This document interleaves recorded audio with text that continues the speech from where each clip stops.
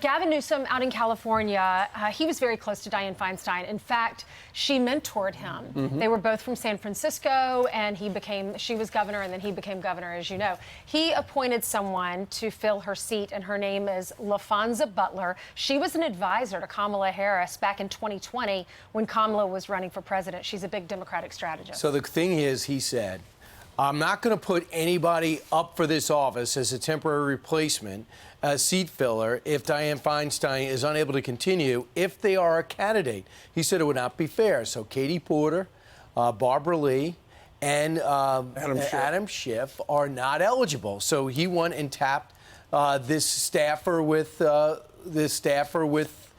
Vice President, Kamala Harris. So she'll hope be a place sitter. But it's not clear if she still wants the job. So she is not necessarily signing on to him, I promise not to run, which was the criteria, Lawrence. Well, she also runs Emily List.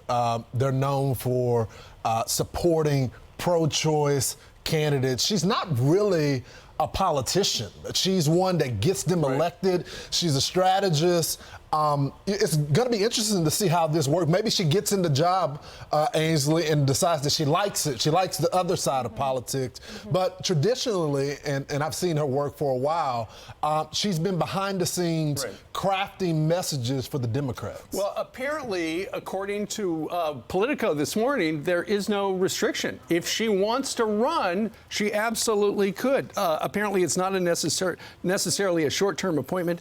Gavin Newsom did not put any preconditions on her running for Senate in 2024. He did go last night to X and posted this regarding the announcement. I am proud to announce California's new U.S. Senator LaFonza Butler as we mourn the enormous loss of Dianne Feinstein. The very freedoms she fought for, reproductive freedom, equal protection, and safety from gun violence, have never been under greater assault. LaFonza has spent her entire career fighting for women and girls and has been a fierce advocate for working people. She will make history, becoming the first black lesbian to openly serve in the U.S. Senate, from her time as president of Emily's List to leading the state's largest labor union. She has always stood up for what is right and what has led her heart and her values. There is just one problem, given the fact that she's been a political strategist and an activist, essentially.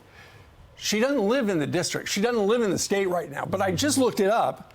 You just have to live in the state at the time of the election. It's not an election. It's an appointment. So apparently, she's going to wind up registering to vote in California. Well, right now, she's in Maryland. Expected to be sworn into the Senate on Wednesday by Kamala Harris, her old friend.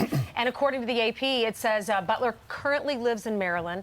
According to her Emily's List biography, and Izzy Garden, a spokesperson for Newsom, said that Butler owns a home in California. And like you said, Steve, she's expected to re-register to vote in California before being So sworn she'd in. be eligible. I'm surprised that it happened so fast. Yeah. I mean, I actually was Barbara too. Lee, maybe I'm too old school. Shouldn't we have a mourning period? Shouldn't she be actually... Well, it's a 50-50 Senate. It's so close in the Senate. It just seems so fast. Just a moment to breathe, let the funeral happen. I don't know. The votes matter. They're still gonna matter. It's so they waited for close. Dianne Feinstein forever to come back. And when she came back, she had dementia. So they're looking to make that seat effective.